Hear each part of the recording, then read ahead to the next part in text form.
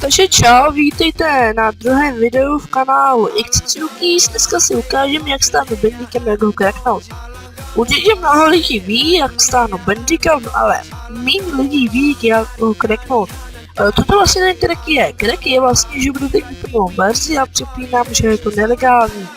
To znamená, že když ho nebudete cracknutý, že tady takhle nahoře, jak ukazuju, někde tady v těch místech budete napsáno www.bandicam.com. A my si teď ukážeme, jak ho ten stáhnout první.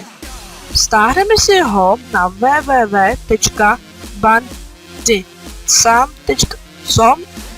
Samozřejmě vám to dám i do popisku videa.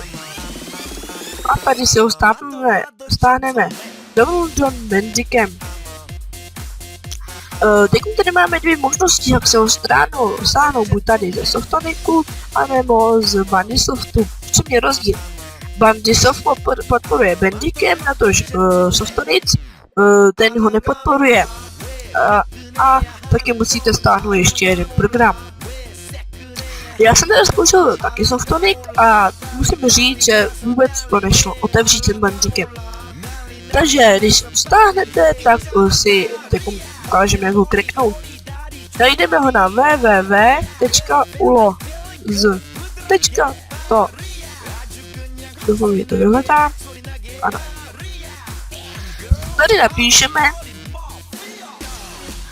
Samozřejmě vám to dám do popisku videa zase. Advanced Bandicam Track by. Tady to. Stáhneme. Opíšeme god bb fa a stáhneme. A tady už se nám to stahuje. Tak. A teď dáme tohle, spustíme. Tady napíšete svůj e-mail a dáte registraci. A to je všechno a už víte, jak cracknout Bandicam. Doufám, že vám toto video pomohlo. Když tak přijďte komentář, like a po případě odběr.